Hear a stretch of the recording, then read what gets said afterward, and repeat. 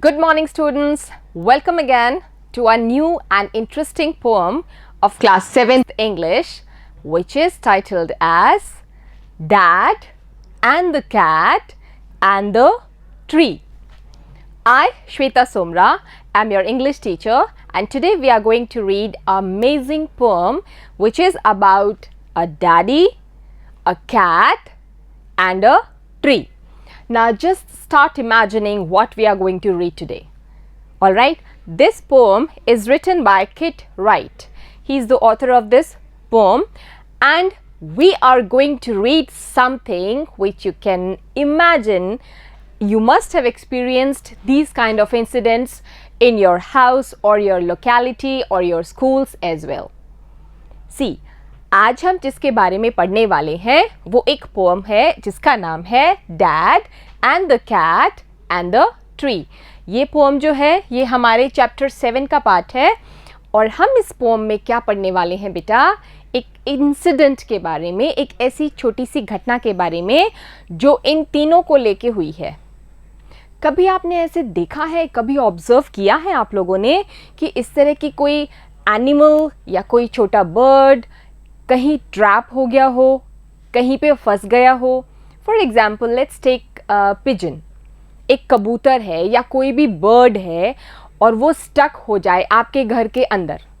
होता है ना, कई बार we keep our windows open and what happens all of a sudden a bird comes inside through a window and it starts moving here and there in the room. एक छोटी सी चिड़िया आ जाती है खिड़की से, है ना, आ जाती है ना हमारे घर में, और फिर क्या होता है वो इधर उधर उड़ने लग जाती है फुर्र फुर्र. और हम लोग क्या सोचते हैं, फ़ैन चल रहा है तो भाग के हम सबसे पहले फ़ैन को स्विच ऑफ करते हैं ताकि उस चिड़िया को लग ना जाए, उसको कहीं चोट ना आ जाए. ऐसा होता है ना. फिर हम क्या कोशिश करते हैं कि किसी भी तरह से उसको यहाँ से निकालें, उस रूम से बाहर निकालें या हमारे घर से बाहर निकालें. मोस्टली जयपुर में या कहीं भी हम देखें तो हम देखते हैं पिजन्स बहुत हैं, है ना, या कोई भी बर्ड्स हैं तो वो अंदर आके ट्रैप हो जाते हैं. May it be your balcony और योर रूम और any of your part of your hall, कहीं भी आ जाते हैं, ट्रैप हो जाते हैं. ये तो एक बर्ड का एग्जाम्पल हुआ. कई बार क्या होता है, कोई छोटे छोटे पपीज़ होते हैं या कोई छोटे छोटे किटन्स होते हैं कैट के, वो भी हम लोगों के घर में या कहीं बालकनी में या कहीं गार्डन में कहीं पे फंस जाते हैं या कोई पेड़ के ऊपर लटक जाते हैं और वो नीचे नहीं आ पाते, है ना. They get stuck in that place. तो हम लोग उनको रेस्क्यू करते हैं, we help them to come out of that place, है ना. यही एक इंसिडेंट, बहुत फ़नी सा, बहुत इंटरेस्टिंग सा इंसिडेंट हम इस पोम में पढ़ने वाले हैं और आप लोगों को बहुत ही मज़ा आने वाला है. ये पोम जो हम पढ़ेंगे इसमें एक डैडी है, एक कैट है और एक कौन है, ट्री है. तो आप लोग सोचो, एक पेड़ भी है, डैडी भी हैं, पापा भी हैं और एक कैट भी है, एक बिल्ली भी है. तो क्या होने वाला है, कैसे सिचुएशन होने वाली है, ये हम इस चैप्टर में पढ़ेंगे. ठीक है. Now this is written by Kit Wright. So before starting the detailed explanation of the poem, we will read little things about the poet. So come along, we will start with the introduction of the poet and then we will do the remaining poem. So this is about the poet. ये poet के बारे में हम पढ़ रहे हैं जिन्होंने इस कविता को लिखा है और ये बहुत ही इंटरेस्टिंग सी कविता है जो आप लोगों को बहुत अच्छी लगने वाली है. ठीक है, तो ध्यान दीजिए, फटाफट से इसको करके हम पोम पे आएंगे. ठीक है बेटा.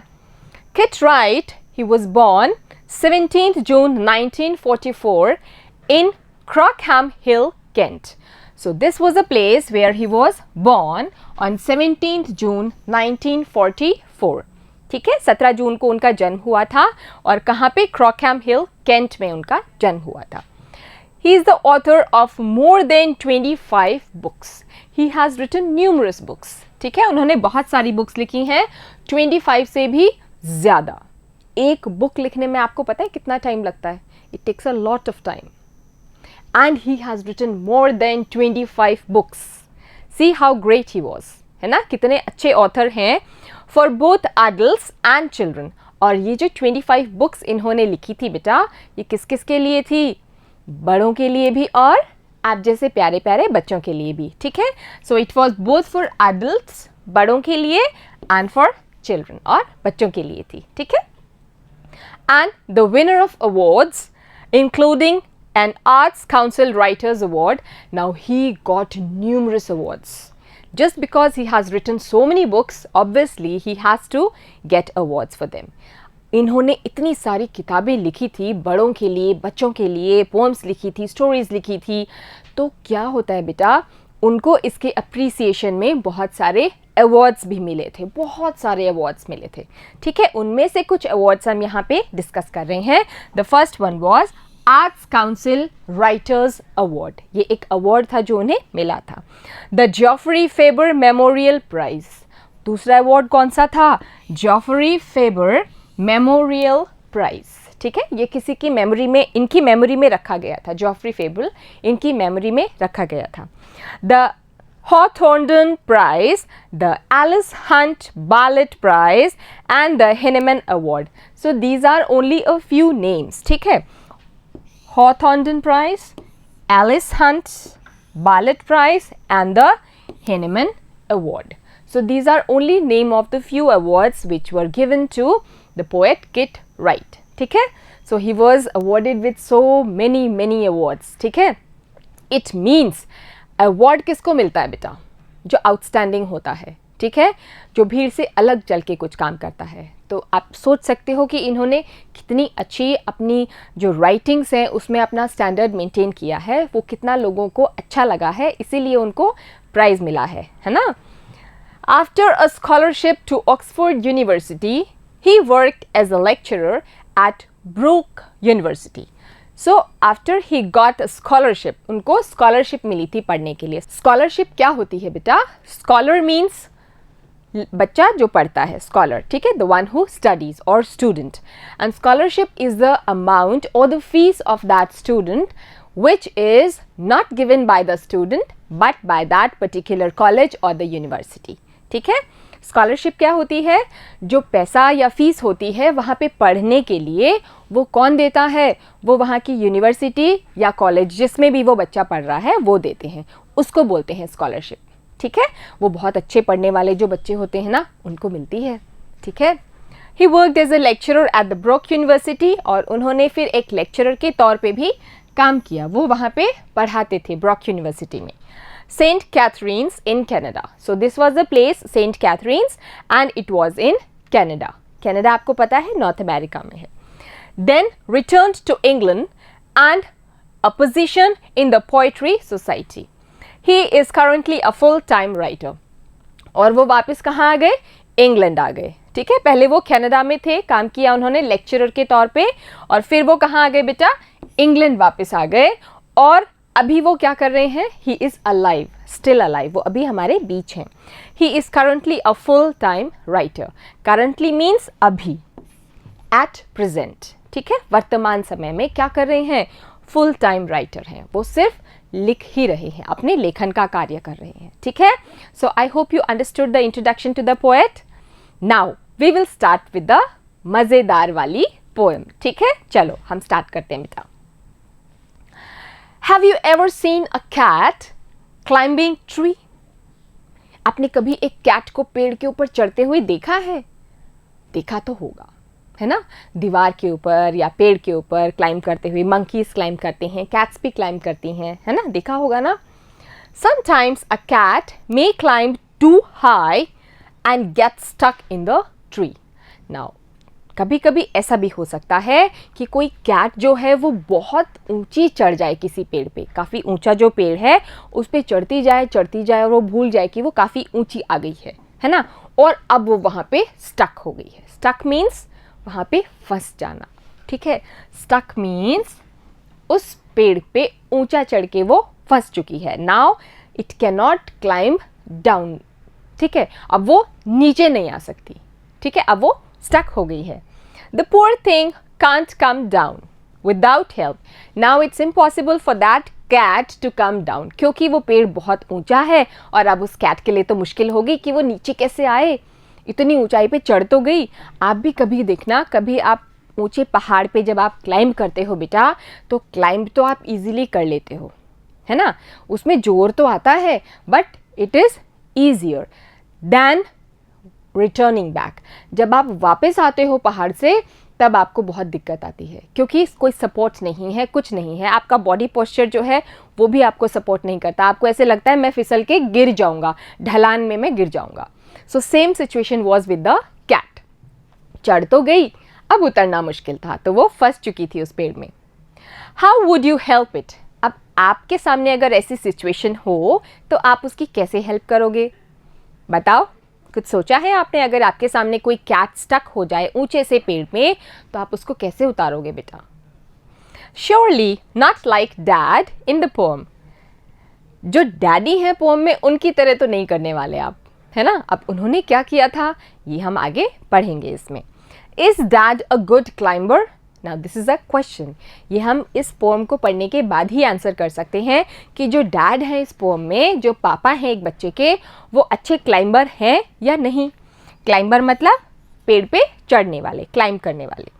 What were his plans? और उनके क्या क्या प्लान्स थे, किस तरह के प्लान्स थे, कौन से प्लान्स की बात हो रही है? We are going to discuss in the poem.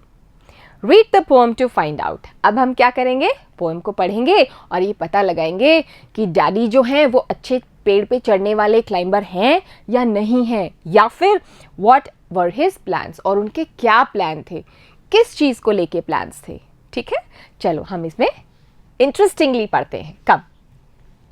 So the first word is stuck. It means entrapped. Entrapped या फिर फंस जाना। ठीक है, कहीं पर हम फंस जाते हैं उसको बोलते हैं stuck.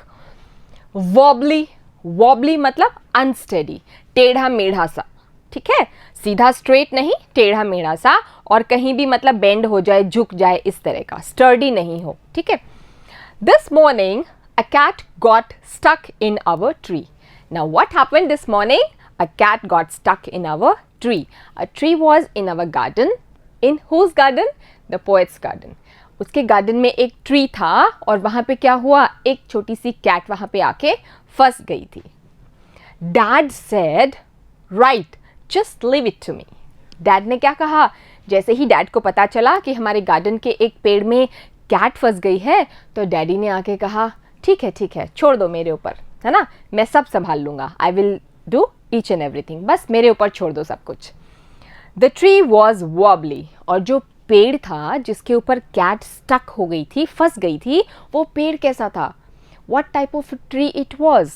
It was a wobbly tree, जो कि स्थिर नहीं था, बहुत स्ट्रॉन्ग ब्रांचेस नहीं थी उसकी, वो हिलडुल रहा था और थोड़ा टेढ़ा मेढ़ा सा था।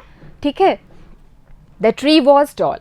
और ट्री की जो हाइट थी वो भी बहुत ज़्यादा थी, लंबा पेड़ था, छोटी झाड़ी नहीं थी। It was a tall tree. Tall means लंबा। Mom said for goodness sake don't fall. अब मम्मा ने क्या कहा? For goodness sake. ये क्या होता है बेटा? ऐसे बोलते हैं ना भगवान के लिए, है ना, बोलते हैं ना भगवान के लिए ऐसा मत करना प्लीज़। तो मम्मा ने कहा for goodness sake please don't fall. मम्मा को पता था कि कुछ खुराफात चल रही है डैडी के मन में, तो मम्मा ने उनको पहले ही आगाह कर दिया कि भाई प्लीज़ गिर मत जाना, भगवान के लिए कुछ ऐसा मत कर जाना कि तुम खुद ही गिर जाओ। ठीक है, कैट को बचाते बचाते। Okay, now just have a look at this picture. Here you can see mama standing, here's the girl and here is the dad. ठीक है, अब ये डैडी क्या कर रहे हैं? एक लैडर लगा रहे हैं। लैडर क्या होती है बेटा?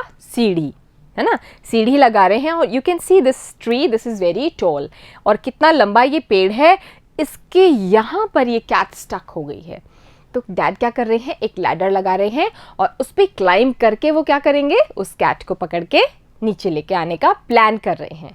ठीक है, he is planning to help the cat in this way. अपनी दिमाग दौड़ा रहे हैं वो कि कैसे मैं इस कैट को लाऊं।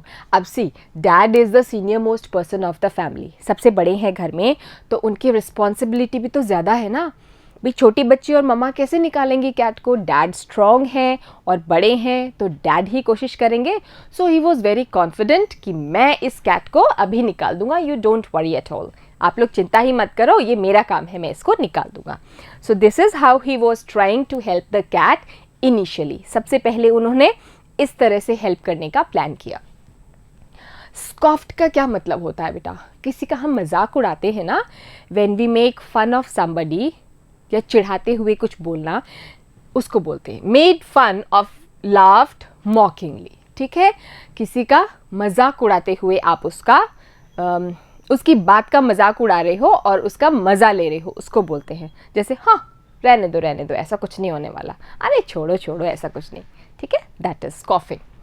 फॉल, मामा ने क्या कहा था अभी, for goodness sake don't fall, भगवान के लिए गिर मत जाना, ऐसे कहा था ना मामा ने।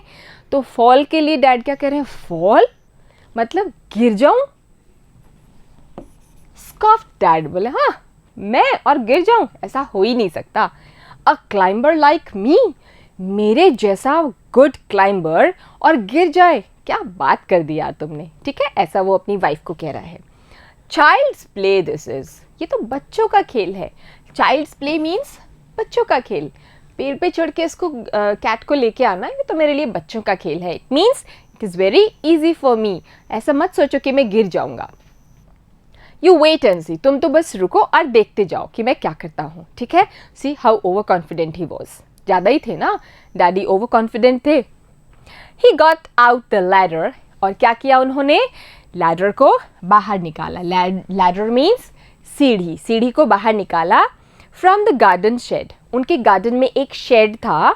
शेड एक छोटी सी जगह होती है जहाँ पे वो लोग अपने ऐसा सामान रखते हैं जो डेली यूज़ का नहीं होता, that is called a shed. Okay, so in that shed he took out a ladder and he put it under the tree. It slipped, he landed in the flower bed. And what happened? As soon as he put the ladder towards the tree, he got slip. ठीक है, वो slip हो गए और नीचे धम से आके गिरे। कहाँ पे, फ्लावर बेड में, फूलों की क्यारी में आके धम से गिर गए डैडी जी, ठीक है। तो देखो मम्मा ने तो उनको अवेयर किया था ना कि गिरना नहीं है ना, लेकिन पापा क्या बोले, मैं और गिर जाऊं, इतना बढ़िया क्लाइंबर, इतना अच्छा चढ़ने वाला पेड़ पे और गिर जाए। और फाइनली क्या हुआ, वही हुआ ना। तो this was over confidence of the daddy. Okay, now just have a look at daddies face, क्या हालत हो गई, गिर गए। फ्लावर बेड, फ्लावर्स की जो क्यारियाँ थी, फूलों की क्यारियाँ थी, उसमें वो गिर गए और जो लैडर था थोड़ा सा टूट भी गया और बाकी का उनके अंदर फंस गया, ठीक है। अब मिट्टी के भर गए थे पूरे डैडी, देखते हैं। Never mind said dad, daddy ने कहा अरे कोई बात नहीं, ऐसा तो होता रहता है, इसकी कोई चिंता करने की बात नहीं है। Brushing the dirt off his hair and his face, brushing the dirt means ऐसे हटाते हुए, ठीक है, ब्रशिंग, अपने फेस की और बालों की मिट्टी को वो झाड़ रहे थे। कौन, डैडी, क्योंकि वो फूलों की क्यारी में गिर गए थे ना, मिट्टी में आ गए थे धम से, तो क्या कर रहे थे, वो मिट्टी को हटा रहे थे अपने फेस और हेयर से, ठीक है, बालों से और अपने फेस से वो डर्ट को ब्रश आउट कर रहे थे। And his trousers and his shirt, और अपनी पैंट से भी और अपनी शर्ट से भी वो डर्ट को हटा रहे थे daddy. We'll try plan B, ठीक है। अब उनके दिमाग में एक दूसरा प्लान भी चल रहा था साथ के साथ। प्लान ए तो सक्सेसफुल नहीं रहा, कौन सा था वो, लैडर पे चढ़ के उतारने वाला, है ना, but it failed. Now he is talking about some plan B. अब वो किसी प्लान बी की बात कर रहे हैं। वो प्लान बी क्या है, चलो देखते हैं। Stand out of the way, मेरे रास्ते से दूर हट जाओ आप लोग, ठीक है, बिल्कुल दूर हट जाओ आप। Mum said don't fall again, okay. मम्मा ने क्या कहा, अरे यार फिर से मत गिर जाना, जो भी करो ध्यान से करो प्लीज, फिर से मत गिर जाना, ठीक है, डोंट फॉल अगेन, ओके, वापस मत गिर जाना। फॉल अगेन सेड डैड, दोबारा गिर जाऊं, और वो भी मैं। फनी जोक, अरे क्या जोक मारा यार तुमने भी, ऐसा कैसे हो सकता है कि मेरे जैसा स्मार्ट आदमी दोबारा गिर जाए। एक बार तो चलो कोई बात नहीं, हो जाता है, it happens sometimes, but how come I will fall again and again, it's not possible. So don't crack such jokes, ऐसे जोक्स मत बोलो जिसमें हंसी आए लोगों को कि मैं दोबारा गिर जाऊं। Then he swung himself up on a branch, फिर क्या किया उन्होंने, लटक गए उछल के एक ब्रांच के ऊपर। स्वंग हिमसेल्फ, ऐसे झूला झूलते टाइप है ना, उसको ब्रांच को उन्होंने पकड़ा, और पकड़ के क्या हुआ, ब्रांच के ऊपर वो जैसे ही उछल के चढ़े, इट ब्रोक, वो टूट गई, ब्रांच जो थी वो टूट गई। तो अब क्या हुआ, डैड लैंडेड वॉलप, डैड जो थे वो लैंडेड मतलब धम से आके गिरे, वॉलप मतलब नीचे गिरना। लैंडेड वॉलअप मीन्स फेल हैवीली, ठीक है, वापस वो धम से आके गिर गए, ठीक है। ममा ने अवेयर किया था फर्स्ट टाइम भी, प्लान ए जब वो ट्राई कर रहे थे तब भी वो गिर गए, प्लान बी ट्राई किया, again he fail. Back on the deck, वापस से उस डेक पे आके गिर गए। डेक मतलब बेटा फ्लोर जो होता है ना उसको बोलते हैं, ठीक है। जैसे डबल डेकर बस आपने सुना है, 2 फ्लोर्स की बस जो होती है डबल डेकर, है ना, तो डेक मतलब होता है फ्लोर, ठीक है। अब ये वापस फ्लोर पे आके गिर गए। मम सेड, ममा ने फिर कहा, स्टॉप इट, रुक जाओ भाई, यूल ब्रेक योर नेक, तुम अपनी गर्दन तोड़ोगे क्या? Are you trying to break your neck, अब ये रहने दो, तुम्हारी गर्दन टूट जाती है अभी जो कर रहे हो उसमें, है ना। So leave it, don't do this, आप ये मत करो, ऐसा करने से आपकी अभी अभी गर्दन टूट जाती। So mama is bit worried, obviously she will be, है ना, ममा तो परेशान होंगी ही ना, but daddy is full of confidence and he is saying, चलो 2 प्लान नहीं मिले तो तीसरा सही, है ना। चलो देखते हैं आप डैडी के क्या चल रहा है दिमाग में। रबिश सेड डैड, डैड ने क्या कहा, अरे फालतू बकवास मत करो, now we will try plan C, अब हम कौन सा प्लान करेंगे ट्राई, प्लान सी को ट्राई करेंगे। 2 प्लान्स तो उनके फ्लॉप हो गए हैं, है ना, फेल हो गए ना, अब now he is going to try the plan C. Okay, let's see the meaning. Winking means अपनी आईज जो होती है बेटा, इसको हम बंद करके खोलते हैं, उसको बोलते हैं विंक करना, ठीक है।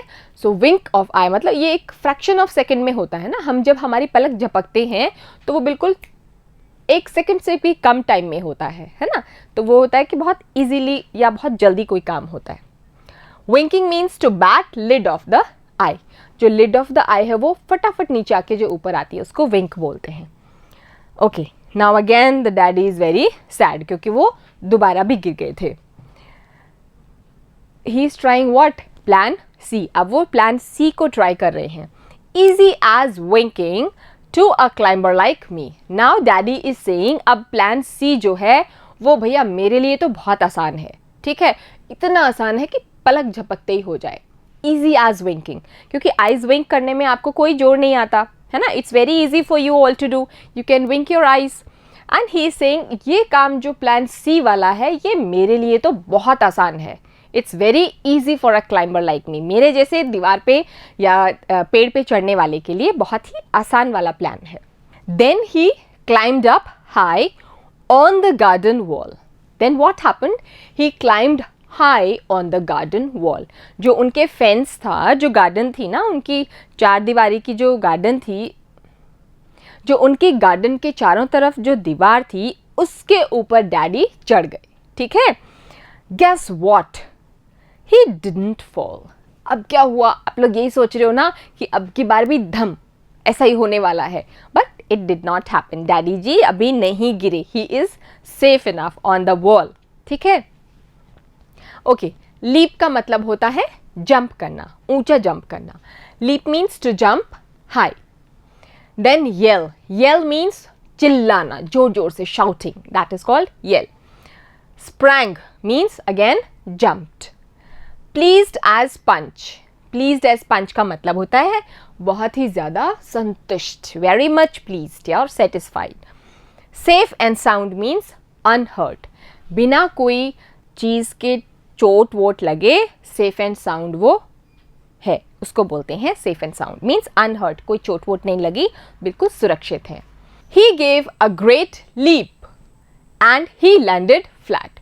Who gave a great leap, daddy, उन्होंने जोर से, वो पेड़ की दीवार पे चढ़ गए थे ना, वहां से उन्होंने जोर से क्या किया, छलांग लगाई, जंप किया, लीप, ओके, ऐसे जंप किया, and he landed flat, where he landed, in the crook of the tree trunk, right on the cat, और वो कहाँ पे लैंड हुए, उन्होंने पेड़ की दीवार से जैसे ही जंप किया तो वो कहाँ लैंड हुए बेटा, it was the place which was the crook of the tree. Crook of the tree क्या होता है बेटा, see suppose this is a tree, okay, let's see, this is a trunk and these are the branches, so this place is called the crook of the tree, and this was the wall where he was standing, and from here he jumped to this place, ठीक है, crook of the tree, वहां आके वो land हो गए, land हो गए मतलब वो वहां पे जंप करके गिरे in the crook of the tree trunk right on the cat. Okay, this is the tree trunk. ये आपको पता है, ये ट्री ट्रंक होता है, उसका ट्रंक या उसका जो मेन स्टेम होता है. यहाँ पे उसने लैंड किया डैडी ने. यहाँ पे कैट पहले से बैठी थी, तो कैट के ऊपर ही वो जंप कर गए. ठीक है, he was trying to save the cat, but what happened, he jumped on the cat, right on the cat. Cat के ऊपर ही लैंड हो गए.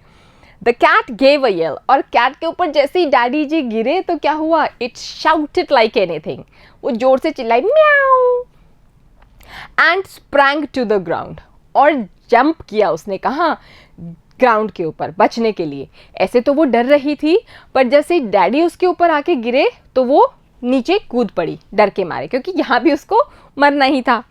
Pleased as Punch to be safe and sound, and she was very happy that she landed safely on the ground without hurting itself. और वो इतनी खुश थी, कैट बहुत संतुष्ट थी कि वो ज़मीन पे तो आ गई है और बिना किसी चोट लगे आ गई. ये और भी अमेजिंग बात थी. Okay, the cat was very unhurt. तो क्या हुआ, अब डैडी जी कहाँ हैं? Daddy is on the tree, and where is the cat? वो सेफ है, कैट को ही बचा रहे थे ना. So cat is safe enough. Now smirking means laughing. ठीक है, स्मर्किंग का मतलब होता है हंसना.